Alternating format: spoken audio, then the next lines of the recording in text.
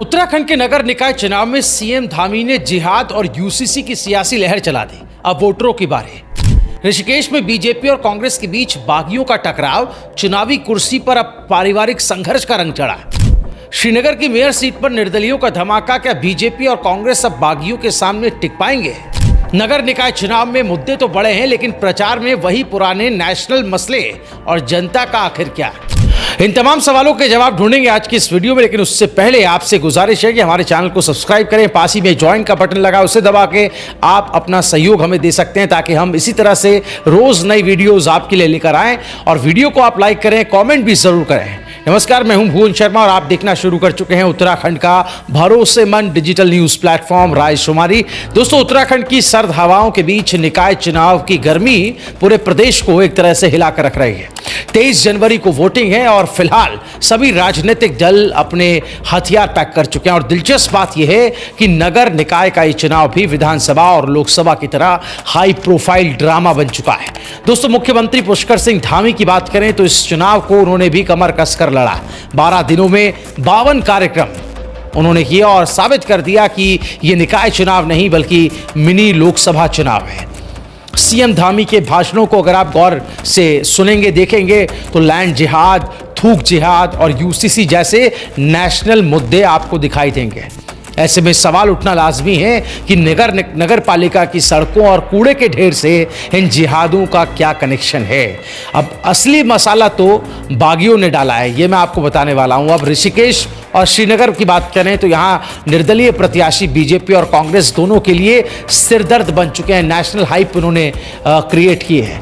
बात ऋषिकेश की करें तो कांग्रेस के बागी दिनेश चंद्र मास्टर बाहरी बनाम स्थानीय का नारा लगा रहे हैं और माहौल को एक तरीके से पोलराइज उन्होंने किया है। और श्रीनगर की बात करें तो यहाँ बीजेपी के बागी हैं लखपत सिंह भंडारी, जिन्होंने अपनी पत्नी आरती भंडारी को निर्दलीय मैदान में उतारकर पार्टी को ही मुश्किल में डाल दिया है। दोस्तों, ऋषिकेश की मेयर सीट इस बार एससी के लिए आरक्षित है। यहाँ बीजेपी के शंभू पासवान और कांग्रेस के दीपक जाटव के बीच मुकाबला दिलचस्प है, लेकिन असली तड़का बागी दिनेश चंद्र मास्टर ने लगाया है। यूकेडी प्रत्याशी महेंद्र सिंह भी अपनी उपस्थिति दर्ज कराकर सबको सोचने पर मजबूर कर रहे हैं। बात पौड़ी जिले की करें तो यहाँ की श्रीनगर की जो निगम सीट है, इस पर बागियों ने बीजेपी और कांग्रेस की नाक में दम करके रखा है। यहाँ निर्दलीय प्रत्याशी आरती भंडारी और कांग्रेस की बागी हैं पूनम तिवारी, जिन्होंने मुकाबले को इतना रोचक बना रखा है कि जनता भी ये सोच रही है कि सांस लूं या वोट दूं। जी हाँ, उत्तराखंड के 11 नगर निगमों में 3 सामान्य महिला और 1 ओबीसी महिला के लिए आरक्षित है। और इन सीटों पर महिलाएं तो चुनाव लड़ ही रही है, लेकिन असली रणनीति उनके पति और बागी नेताओं की दिख रही है। लेकिन जब बात पिछले निकाय चुनाव की हो तो याद आता है बीजेपी का शानदार प्रदर्शन। 34 निकायों के अध्यक्ष पद पर पार्टी ने अपनी धाक जमाई थी और 5 मेयर को अपने पाले में किया था। देहरादून में बीजेपी के सुनील उनियाल गामा ने कांग्रेस के दिनेश अग्रवाल को धूल चटाई थी। और ये चुनाव सिर्फ जनसभाओं और रोड शो तक सीमित नहीं थे, बल्कि सबकी निगाहें थी उन जादुई आंकड़ों पर जो बीजेपी ने हक में बदल दिए थे। लेकिन हर सिक्के के 2 पहलू होते हैं दोस्त। कांग्रेस की हेमलता नेगी, जो कि कोटद्वार से, और हरिद्वार से अनीता शर्मा ने अपनी सीटें मजबूती से पकड़ रखी थी और निर्दलीय प्रत्याशी भी किसी से कम नहीं थे। इन लोगों ने 23 सीटों पर कब्जा कर बीजेपी की चुनौती को और भी दिलचस्प बना दिया था। अब सवाल यह है कि क्या इस बार भी वही स्थिति होगी या फिर कांग्रेस और निर्दलीय प्रत्याशी बीजेपी को फिर से चुनौती देंगे? दोस्तों, अब देखना यह है कि इस चुनावी रण क्षेत्र में पुराने नेता और नए चेहरे किसकी झोली में जीत डालेंगे। जनता जो है उसके मन में क्या है, और इसका खुलासा 23 जनवरी को होगा, जब वोटिंग कहें कि वोटिंग का दिन आएगा और नतीजे सबको पता चल पाएंगे। यह चुनाव सिर्फ सीटों का नहीं है, बल्कि सत्ता के संघर्ष का भी है। अब जाने से पहले कुछ ज़रूरी सवाल हम यहाँ उठाना चाहते हैं, जिन पर आपकी राय भी लेंगे। क्या नगर निकाय चुनाव में नेशनल मुद्दे का छिड़काव सही है? नंबर 2, बागियों का बढ़ता कद, क्या ये पार्टियों के अंदर की खामियों को उजागर कर रहा है?